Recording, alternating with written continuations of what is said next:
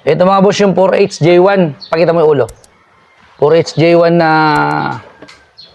yan. Yung basag ang black. Ayan o. Ayan.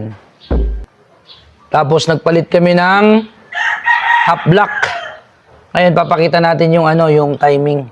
Itong half black muna talaga. Pakita mo to. Ayan. Dito lang, sentro nyo lang dito.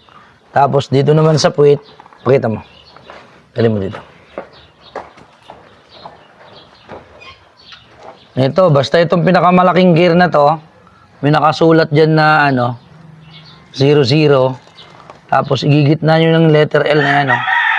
Yan, dito naman sa pressure pump, ay ito naman siya. Oh. Pero to puti ng ano to, tanmark ng iba yan. Ito dito sa kabila, gilid. Ito, yan.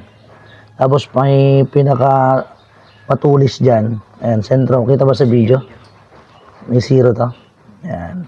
Ito, 0 to. Diretso dito sa matulis na yan. At nandito rin, makikita nyo yung guhit na yan. Oh. Yan lang. Dito naman tayo sa cylinder head. Full timing ng 4HJ1. Dito lang, oh. Ayan yung tuldok, yung kulay puti.